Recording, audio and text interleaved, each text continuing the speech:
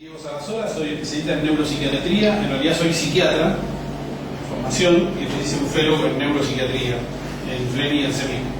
Dirijo un instituto de neurociencias que se llama Alexander Rubia en La Plata y trabajo como staff en FLENI y soy docente de la Universidad Nacional de La Plata. Habíamos hablado para hablar de este tema de, yo le puse el nombre neuromoda porque hoy ustedes se ven bombardeados por un montón de libros, conferencias y todos llevan el prefijo neuromarketing, neuroeconomía.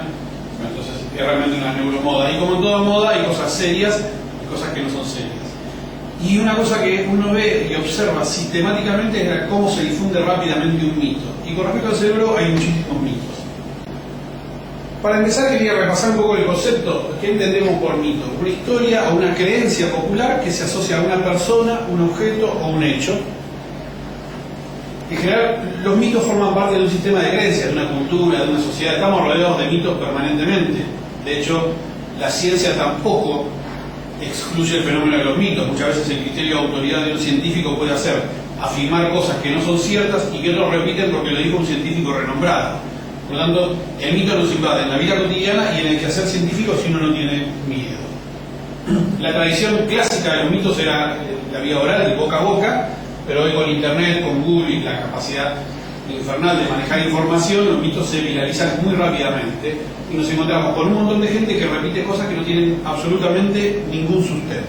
Ahora, ¿qué características tienen las ideas científicas falsas? Si podemos científicas entre comillas. ¿Qué es lo que uno encuentra y uno tiene que saber desglosar?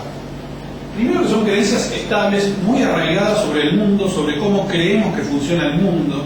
Estamos absolutamente convencidos de cosas que pueden no ser ciertas. En general ya están contradichas por la evidencia científica disponible, pero no es una evidencia disponible para todo el mundo. La gran mayoría de los mitos vinculados con cosas científicas o sobre ciencia ya están contradichas por la evidencia. Y sin embargo es muy desparejo el volumen del mito y su difusión con lo que uno puede hacer para a veces contradecir esto. Por supuesto que estas ideas científicas falsas influyen en el modo de ver el mundo, las personas, en las decisiones que tomamos decisiones todo el tiempo influidas por mitos o por falsas creencias, y quizás lo más grave es que obstaculizan el acceso al conocimiento. Si donde hay un mito, yo tengo una falsa idea de verdad que me impide seguir buscando qué es lo que ocurre realmente. Y por supuesto, lo que suele pasar con las ideas científicas falsas es que hacen simple lo complejo, a un extremo sospechoso. Cuando uno ve cosas explicadas demasiado sencillas, uno ya tiene siempre un factor de alarma de que probablemente nos estén mintiendo. O a veces ni siquiera es una mentira, pero es una falsa creencia. Y una cosa que nos preguntamos siempre es, bueno, está bien, ¿y hay que gastar energía en contradecir un mito? ¿Nos tiene que preocupar que los mitos se difundan? Y yo creo que sí, por varios motivos. El primer punto puede ser perjudicial. En el área mía, que es el área de salud, es mucho más evidente. Los mitos en salud muchas veces son perjudiciales. Primero porque las cosas que se aplican pueden ser perjudiciales per se, y segundo porque bloquean el acceso a terapias que realmente funcionan. Además, los mitos, si no somos conscientes de la presencia, dificultan nuestro pensamiento crítico. El pensamiento crítico es clave en política, es clave en economía, es clave en nuestra vida cotidiana. Gran parte de nuestro problema tiene que ver con no tener un pensamiento crítico adecuado, esto a nivel personal y a nivel masivo. Y como dije hoy, también obstaculiza la búsqueda de conocimiento. Donde hay un mito, y un mito que no está desglosado, que no está descubierto, hay una obstrucción al acceso a esa verdad. Por eso creo yo que es importante preocuparse por la difusión de los mitos, no solo en neurociencias en este caso, ¿sí? Lo más común obviamente es el boca a boca. Confundimos familiaridad con veracidad. Aquello está bien difundido, pensamos que es verdadero porque todo el mundo maneja una información parecida. Esto vale para noticias en general y vale para la ciencia en particular. Además todos queremos deseos, la solución fácil, la respuesta rápida, y lamentablemente muchas veces en ciencia las cosas no son así. Los artículos científicos serios muchas veces pueden ser un poco densos porque son, bueno, en algunos casos uno va relativizando los hallazgos, los acota, no los puede generalizar. Y a nosotros nos gusta que nos digan todas las personas altas son agradables, todos los gordos son extrovertidos, todos los flacos son introvertidos, porque esas generalizaciones son mucho más sencillas. Por eso los mitos suelen ser así, de alto impacto y muy sencillos. También influye el sesgo cognitivo. Tenemos una tendencia siempre a considerar las cosas con las cuales estamos de preacuerdo. Cuando algo nos suena con algo ya familiar, nosotros somos mucho más fáciles de captarlo. y como tu profesor, es mucho más difícil que uno tome algo, aunque esté en la evidencia, cuando no está de acuerdo con lo que yo presuponía. El clásico ejemplo que ocurre muchísimo en medicina, incluso en gente formada, es confundir las correlaciones con las causalidades. En latín el post hoc ergo propter hoc. ¿Qué quiere decir esto? Después de esto, por lo tanto, a causa de esto. La confusión entre correlación y causalidad la vemos sistemáticamente en trabajos del estilo tomar café previene la enfermedad de Alzheimer, tener tal cosa previene tal otra. Hoy tenemos acceso a bases de datos estadísticos monumentales que nos permiten cruzar datos, pero solamente establecen correlaciones, y eso no es causalidad. Hay muchos ejemplos graciosos. Uno cita siempre el aumento de la temperatura global terrestre con el bajo número de piratas en el Caribe. Bueno, es una correlación. Ahora, nadie diría que eso es una causalidad. Sin embargo, cuando el terreno es más pantanoso o más gris, uno comete errores sistemáticamente. De hecho, hay bases de internet dedicadas de estadísticos a encontrar correlaciones graciosas. Sí. El cine y los medios de comunicación han instalado un montón de mitos. El más clásico quizás sea la terapéutica electroconvulsiva, el atrapado sin salida, el tango feroz. O sea, el cine instala a nivel mediático y masivo un montón de ideas que la gente toma como verdaderas. La serie Lie to Me ha hecho creer a la gente que el lenguaje corporal es una corroboración perfecta de veracidad, y eso es un mito clásico de la psicología. Nuestro lenguaje corporal dice muchísimo menos de lo que nosotros nos gustaría que dijera. Sin embargo, se ha difundido, porque uno lo ve y le ve cierto barniz, el protagonista es un psiquiatra, que es muy fácil detectar quién miente o quién no miente por los gestos corporales. Yo siempre digo a los alumnos, el concepto del viejo científico al estilo Frankenstein en la torre, no existe. La ciencia es un fenómeno masivo de comunicación permanente, todos los centros de salud intercambian información, por eso uno siempre aprende a desconfiar como médico y dice, no, le vamos a pagar una terapia que solamente se está haciendo en Cuba o en China. Es raro, es muy raro. Generalmente tiene que ver con que los comités éticos son más blandos en un lugar y otro y permiten terapia de experimentación, porque es muy raro hoy que en un lugar se tenga una especie de piedra filosofal que no se tengan los demás. Son cosas que siempre nos tienen que mover a sospechar. Otra cosa muy interesante y una trampa muy frecuente de gente que tiene cierta formación es la exageración y o generalización de verdades parciales. Tomo un trabajo que me afirma algo acotado, lo vamos a ver cuando hablemos del efecto Mozart, y lo generalizo. El trabajo me decía que las personas tenían cierta habilidad después de hacer tal cosa y yo lo traslado a todo el mundo, hago que mi muestra sea universal, y esto es un error muy común. Y es una trampa más interesante y más fácil de caer, porque la base suelen ser trabajos científicos publicados. Y por supuesto, otra fuente común es la confusión de términos. Uno nunca debería discutir nada si no discute cómo está hablando, sino especifica y define los términos. Esto vale en todos los órdenes. Cuando a mí me dice histeria, yo estoy pensando en un concepto de histeria que probablemente no sea el concepto coloquial de la palabra histeria. Pasa clásicamente con esquizofrenia. La gente piensa en esquizofrenia con personalidad dividida y no tiene nada que ver la patología de esquizofrenia con personalidad múltiple.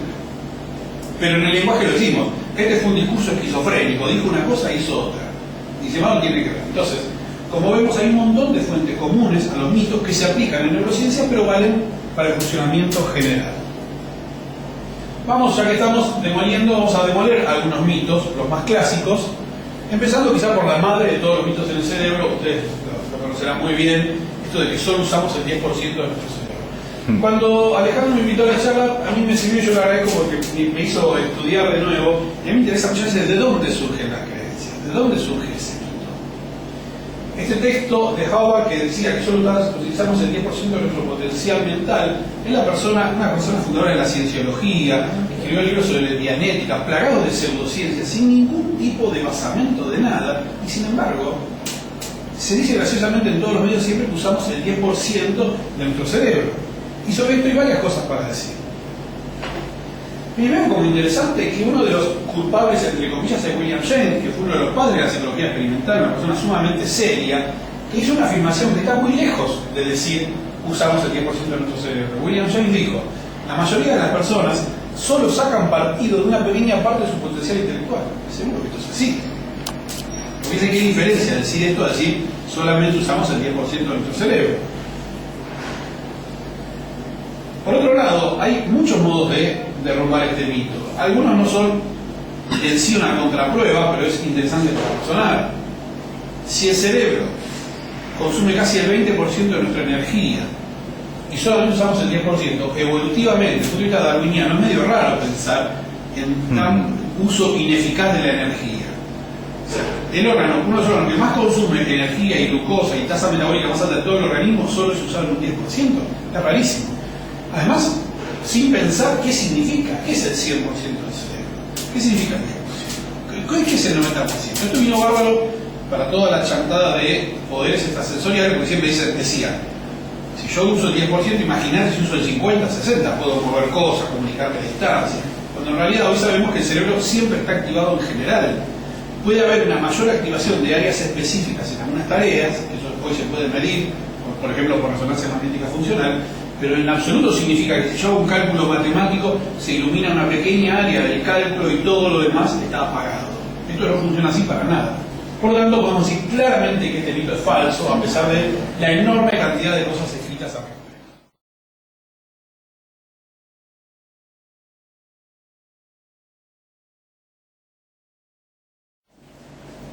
Otro mito muy interesante y muy divertido es pensar que uno puede aprender idiomas mientras duerme, o pensar que uno puede ser sujeto de maquiavélicas manipulaciones mirando dibujos animados, una película, porque se insertan en los fotogramas órdenes para que nosotros cumplamos.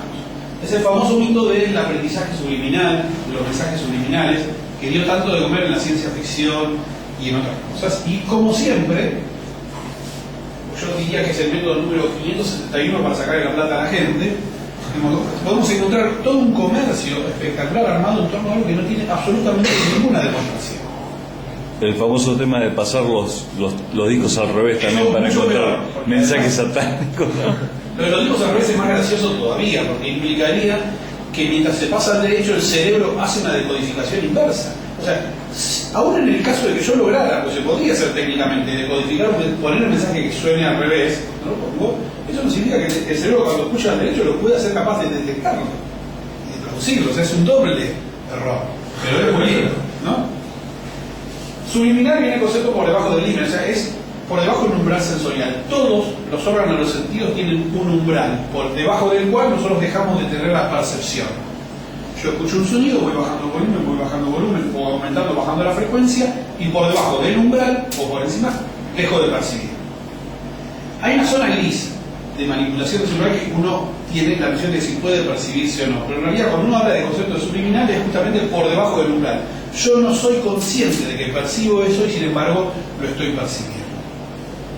Este libro, La percepción oculta, desarrolló de modo fenomenal este mito, y de hecho lo más gracioso es que se cita un experimento que solamente ustedes habrán escuchado y sin embargo nunca existió, que es el experimento de la Coca-Cola en el cine. Todos repiten sistemáticamente como un hecho real la cita de Vicari, en el cual cuenta que durante acá está él explicando esto, un auditorio muy interesado, decía que en los fotogramas de una película se decía, ¿tiene hambre? Coma pochoclo. Y había otro que decía, tome Coca-Cola. Y todos, a mí me ha pasado, me acuerdo cuando era chico leí esto, nos quedamos convencidos de que sí, que la gente salía sedienta a buscar Coca-Cola o a comer pochoclo. Lo más gracioso es que Vicari mismo reconoció que era falso, que quería dar un aumento a su empresa de marketing y inventó todo esto. Y sin embargo, a pesar de haber sido desmentido por el propio autor, esto sigue y sigue y generó una catarata impresionante de cosas. Cuando uno se empieza a ver el ejemplo subliminal, empieza a ver ejemplos que rozan con lo delirante. Como siempre pasa cuando nos metemos en internet, fíjense esto. Hay una denuncia de racismo contra Coca-Cola porque si ustedes giran y después transforman, ven a una mujer blanca escupiendo a un negro. La verdad que encontrar una correlación entre el Coca-Cola y esto exige una imaginación enorme. Por supuesto, elegí los ejemplos más aberrantes, hay ejemplos subliminales un poquito más sutiles. En realidad esto tiene que ver con un fenómeno que se llama pareidolia también, que es el encontrar forma, por ejemplo, encontrar formas en las nubes. Usted va a ver un ejemplo famoso que no lo puse acá, que era, no es exactamente el mensaje subliminal, era la explosión de las Torres Gemelas que se veía la cara del demonio. Si yo miro miles de explosiones, voy a encontrar caras de las que yo quiero en realidad encontrar. Acá era otro muy gracioso, que si ustedes escribieran al revés Coca-Cola, dice aló diablo, que es hola diablo en rumano. O sea que su cerebro tiene que captar y entender además el idioma rumano. Por supuesto que traje ejemplos extremos y más graciosos. Los más sutiles y no por eso menos engañosos son que si uno se duerme escuchando una clase de inglés, durante toda la noche puede aprender el idioma inglés. Y no está demostrado que esto ocurra en absoluto. Es más, ha habido trabajos que funcionan de contraprueba. Pero hay que recordar entonces que la base de esto surge de un informe absolutamente inventado, ni siquiera de la tergiversación de algo. La CBC, la cadena canadiense, Canadian Broadcasting Corporation, insertó un mensaje llame ahora por teléfono y con resultados negativos. O sea, se intentaron replicar esto y siempre dio resultados negativos. Y lo último interesante, Publicita dice, nosotros no nos gastamos en publicidad subliminal porque ya bastante nos cuesta convencer al consumidor siendo francos y bien evidentes en lo que pedimos. Pero entonces, claramente, este mito de mensaje subliminal también es falso, a pesar de su enorme difusión.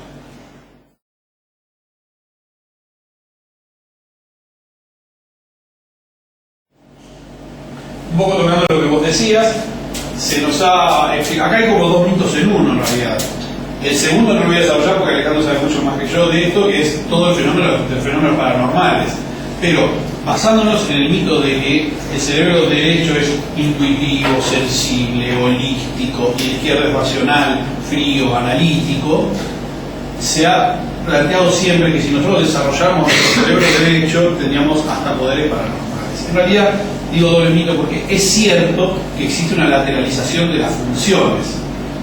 Es cierto que el procesamiento verbal es más clásico en el hemisferio izquierdo que las personas que son diestras, y el procesamiento visoespacial es más del hemisferio derecho, pero en absoluto está absolutamente lateralizado. En realidad, entrando en el módulo número 625 de cómo robar plata a la gente, encontré los brain tunnels, basados en esta teoría de la funcionalidad y la lateralización cerebral, y en esto de que el cerebro derecho y el izquierdo se venden unos simpáticos sintonizadores y armonizadores cerebrales.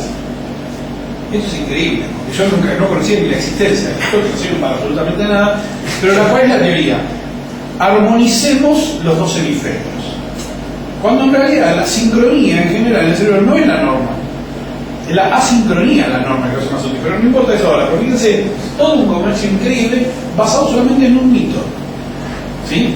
Que tiene que ver con esto, este malentendido, y acá volvemos al concepto de cómo se forma un mito, de una exageración o una generalización. Insisto, claramente hay funciones lateralizadas en el cerebro, pero no es que son dos cerebros en uno que están compitiendo entre sí.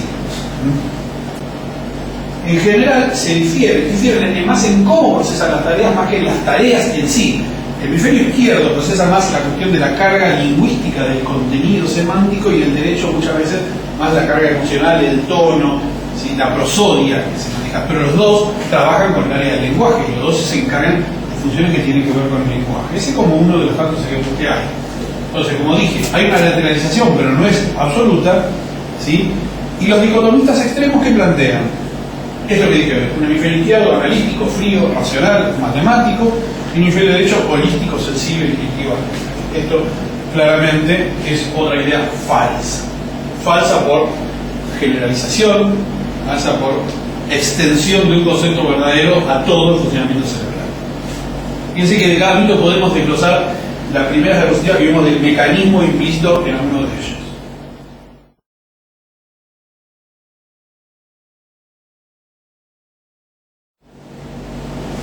Todos habrán escuchado esto, el famoso efecto Mozart.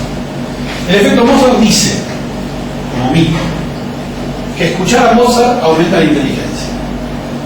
Sería maravilloso. O sea, es maravilloso escuchar a Mozart, en mi opinión, pero no tiene nada que ver con la inteligencia. Y este es otro ejemplo interesante de cómo de un trabajo publicado en Nature, una revista científica más serias y prestigiosas, puede salir la cosa disparada para cualquier lugar. Ustedes ven en el centro de la pantalla el trabajo original. El trabajo ya tiene más de 10 años. Y fíjense que dice performance en tareas espaciales y música. Una relación causal. Y abajo ven, otra vez, el gran comercio que hay CDs para música para mamás, para futuras mamás, ¿sí? Para mejorar la inteligencia del chico, chicos con auriculares. Es interesante que se le haya puesto a la música de Mozart y no a otra música. Y eso tiene que ver porque en este trabajo no usó la música de Mozart, pero se puede desglosar y analizar cosas interesantes. Como dato, que esto no lo conocía y me pareció realmente increíble, un gobernador del estado de Georgia, en Estados Unidos, asignó una partida de $105.000 para que cada bebé al nacer se le provea un CD de Mozart. O sea, fíjense ustedes la extensión del mito.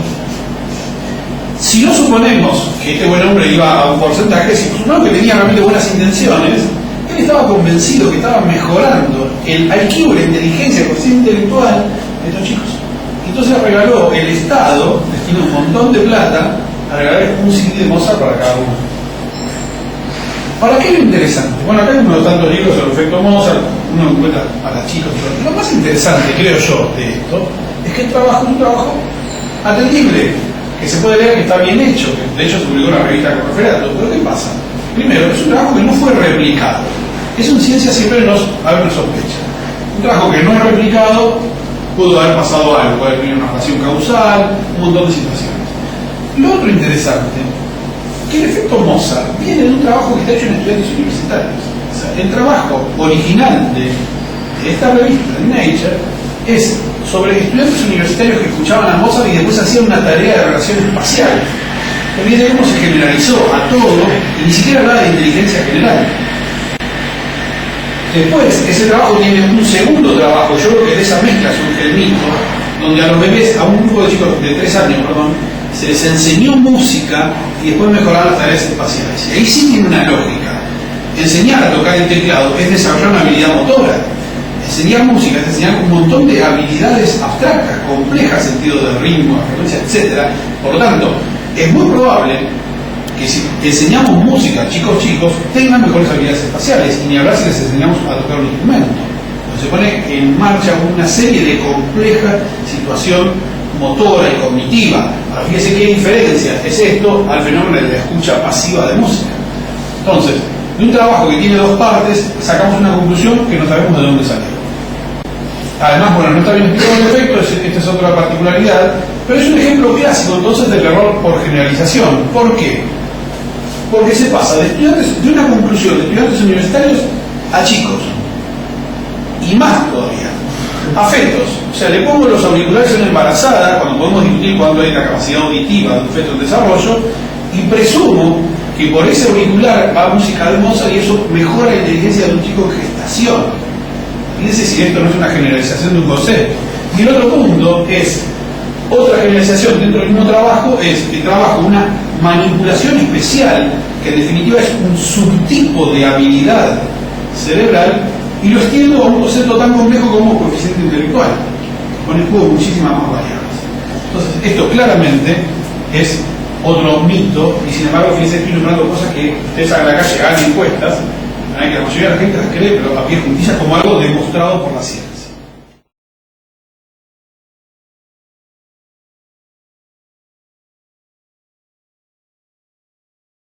Uno de los que yo considero más interesantes, porque acá sí hay que ir a veces incluso contra el sentido común, ustedes saben que la ciencia muchísimas veces va contra lo que nosotros llamamos sentido común, es el mito de la infalibilidad de la memoria.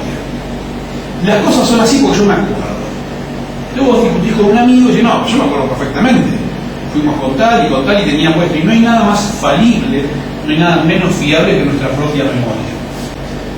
Y esto viene de una idea errónea de pensar que nuestro cerebro y la memoria funcionan como un archivo de una computadora donde vos pones las cosas y cada vez que las sacás está exactamente igual que cuando las pusiste. O un cajón, o como ustedes quieran hacer esa comparación. Y en realidad nosotros construimos todo el tiempo nuestros recuerdos cada vez que evocamos. Cada vez que una persona evoca, vuelve a reconstruir sobre lo que evocó. Por eso nuestros recuerdos son muy influenciables. Aceptamos que nos olvidamos cosas. Eso sí, nadie va a decir eso. Pero sin embargo, sobre lo que recordamos, estamos convencidos de que las cosas son así. Eso es lo interesante del mito de la memoria infalible. No es que estamos pensando que somos fúnebres memoriosos y nunca nos olvidamos nada. No, sabemos que nos olvidamos. Ahora, sobre lo que decimos que recordamos, estamos convencidos de que esto fue así. Y hay muchísima evidencia que dice que no. Entonces, ¿a qué viene esto? Primero, nuestra memoria está lejos, muy lejos de ser infalible. Cada vez que recordamos en un punto reconstruimos y volvemos a armar ese recuerdo que vamos formando. A todos ustedes les pasará alguna anécdota de la infancia que ya no saben si se la acordaron o se la contaron tantas veces que no pueden distinguir. Bueno, la mente informal es que para el cerebro en un punto ya termina de ser indistinguible. Lo que es una memoria implantada, por así decir, de una memoria, de un recuerdo absolutamente real. ¿Y cuál es la consecuencia de los falsos recuerdos? Esto se ha visto en testimonios, muchas veces en repeticiones, por ejemplo, de testimonios de abuso sexual, donde hacen reconstruir una y otra vez, repetir situaciones en donde se encontró que posteriormente que no hubo nunca abuso, pero tenían convencidos de que sí. O sea, la repetición sistemática muchas veces lleva a convencernos de que nosotros vivimos una situación. En Estados Unidos, fíjense, esto que es dramático en realidad. En el 2004 en Estados Unidos, en algunos estados, sobre 220 acusados liberados por pruebas de ADN, o sea, demostrados inocentemente, el 75% habían sido acusados por testigos oculares. Los que trabajamos en neurociencia sabemos que es peligrosísima el tema de los testimonios de testigos. Pensar que una persona puede replicar lo que vio a otra persona cruzar la calle hace 4 años es por lo menos peligroso. Por eso, en toda la parte de neurociencia y derecho, Estados Unidos y en otros países hay un movimiento muy fuerte para relativizar todo lo que es el testimonio de los testigos oculares, porque aparte es muy modificable hasta por el modo en que yo pregunto. Hay un experimento clásico: si yo a ustedes les pongo un auto chocado y se lo pongo poco tiempo y lo saco, y a la mitad del auditorio le doy un papel que diga describa el porcentaje de destrucción de los autos estrellados, y a la otra mitad le doy un sobre cerrado que dice describa cuánto se dañaron los autos en el choque, la gente que usa la palabra destrucción y estrellado suele sobrevalorar lo que vio. Y acaba de ocurrir, pero eso es porque es muy influenciable. Todos somos muy influenciables. Entonces el recuerdo es algo sumamente frágil. Incluso los ejemplos clásicos se llaman de memoria de flashback. La memoria flashback o de bulbo de flash refiere al recuerdo de esos eventos tan conmovedores, o sea, emocionalmente, que todos sabemos dónde estábamos haciendo. El ejemplo clásico fue la explosión del Challenger, para los que son más viejos, que todo el mundo veía. Otro ejemplo más cercano es casi todos nosotros sabemos dónde estábamos cuando fue la caída de las Torres Gemelas, qué estábamos haciendo, cómo nos enteramos. Para los muy futboleros y más viejos, es el recuerdo de cuando Maradona metió gol en Inglaterra, sabemos con quién lo vimos, qué estábamos haciendo. Sin embargo, en ese recuerdo, que se considera de gran impronta, también hay errores. En una universidad americana, cuando ocurre la tragedia del Challenger, al otro día le hicieron escribir a las personas con quiénes estaban, qué tenían puesto, cómo se enteraron. 3 años después repitieron y muchos, hubo más del 40% de error. Y lo interesante es que todos los que se equivocaron estaban convencidos de que era así. Entonces, nosotros, el recuerdo nos engaña permanentemente, por lo tanto, uno tiene que tener en cuenta que esto también es un mito. El mito es pensar que por las cosas yo recordarlas fueron así, evidentemente.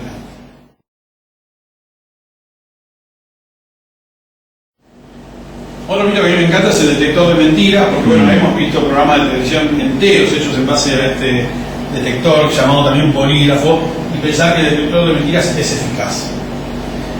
El detector de mentiras en realidad es una máquina compleja, voy a pasar para atrás para que se la vea más o menos, donde hay un montón de sensores que miden variables fisiológicas: frecuencia cardíaca, tensión arterial, conductancia eléctrica de la piel. La conductancia eléctrica de la piel es aquella que mide el grado de humedad, que en estado de ansiedad o no puede aumentar o disminuir.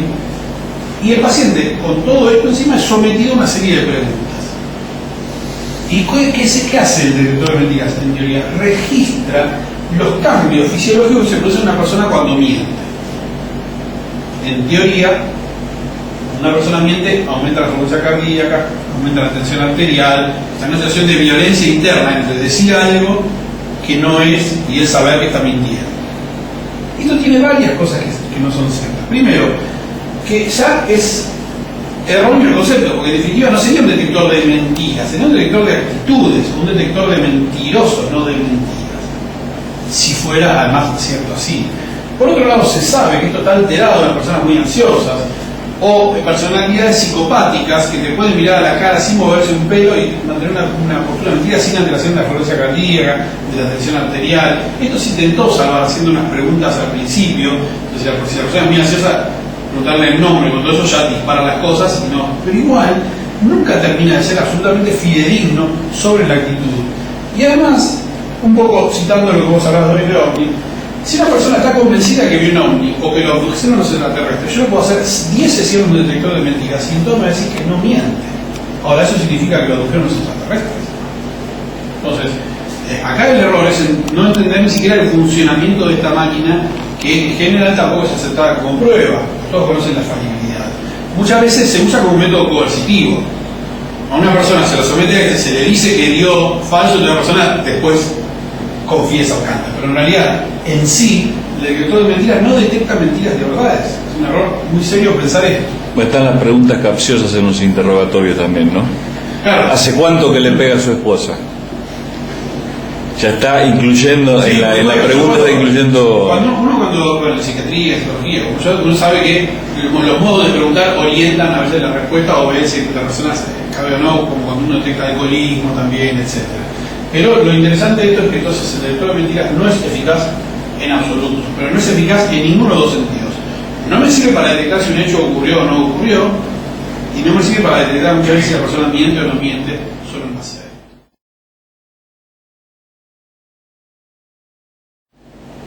Y por último, para esta recorrida de cosas, después abrimos la charla, es el más clásico quizá de los mitos, que es que en realidad alguno podría discutirme seriamente si esto corresponde a la palabra mito, pero yo lo pongo porque yo lo considero un mito, que es la mente separada del cerebro.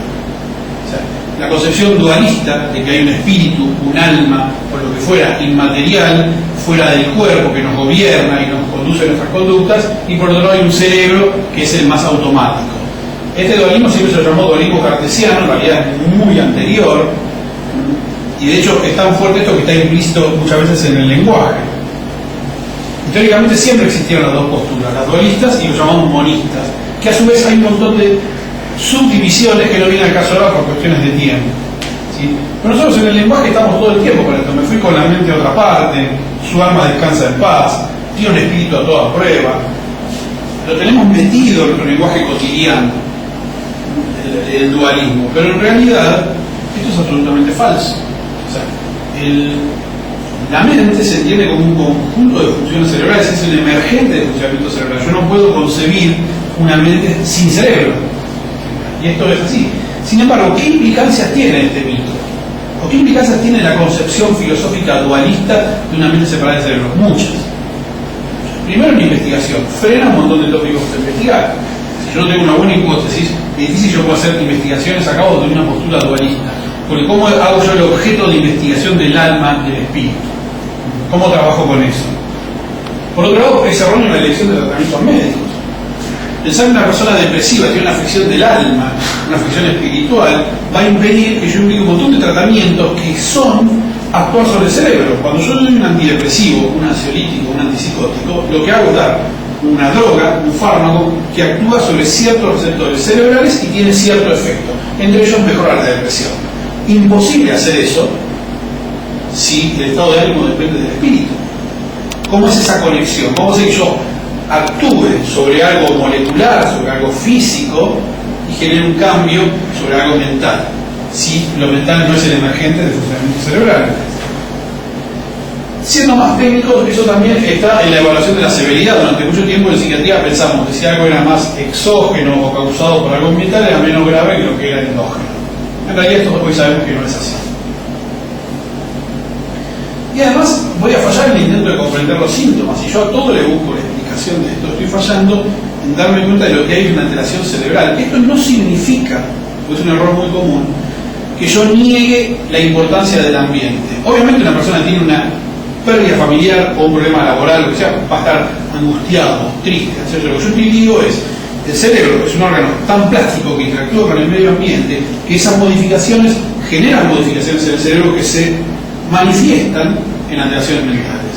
Yo no estoy diciendo que sería extraño pensar que uno no es permeable a esas cosas externas. Lo que estamos diciendo es que finalmente la mente es un producto emergente, por eso hablamos del monismo emergente del funcionamiento cerebral. No existe entonces mente sin cerebro. Esto está corroborado por evidencia empírica y evidencia experimental. Este caso que hiciste con el cual termino es un caso muy interesante, por ahí lo han visto. Phineas Gage era un trabajador de ferrocarril que, trabajando con explosivos, una vara le atraviesa el cráneo de lado a lado. Este es él posando con la vara. O sea, increíble, porque en la era preantibiótica sobrevivió. La vara la atravesó. Esta es una reconstrucción tridimensional de un artículo científico posterior que muestra el trayecto de la vara, ingresando por la parte de abajo y saliendo por arriba, lesionando el lóbulo frontal, parte de la mucosa óptica, que eso termina con apoptosis de espalda. Después él vendió los derechos de su cráneo, varias cosas. Pero, ¿qué fue lo más interesante? Que no quedó con una secuela cognitiva clara, pero quedó con una alteración de la personalidad. Se alteró su modo de actuar, su modo de ser. La frase que decía era "Gage is not gay", lo decían los amigos, no es el que era antes. Entonces, fue una de las primeras evidencias empíricas muy claras de cómo una lesión cerebral cambia algo tan íntimo y tan profundo como una estructura de personalidad que nosotros suponemos intuitivamente como que no está en el cerebro, que es nuestro espíritu, que es nuestro modo de ser, nuestro modo de actuar. Sin embargo, una lesión cerebral clara que le permitió a la persona increíblemente seguir con vida produjo un cambio en la personalidad, al punto tal que la persona dice: Gage no es Gage, o sea, esta persona no era la misma de antes, y lo digo por lo que lo conocí. Entonces, claramente, esto también es falso pensar en términos dualistas de mente-cerebro. Entonces, resumiendo y terminando la charla, siempre termino una frase de Bertrand Russell que me parece quizá un principal filósofo del siglo XX, que es del libro ABC de la relatividad, donde dice que la conclusión final es que sabemos muy poco y sin embargo es asombroso lo mucho que conocemos. El camino de la ciencia es más arduo, yo creo que es mucho más atractivo, y los mitos son obstáculos permanentes, con los cuales lidiamos día a día. Me parece que lo más interesante, más allá de estos mitos cerebrales, y hay muchos más, es entender cuáles son los mecanismos subyacentes y cuáles son los modos de combatirlos. Bueno, muchas gracias. Bien, bien.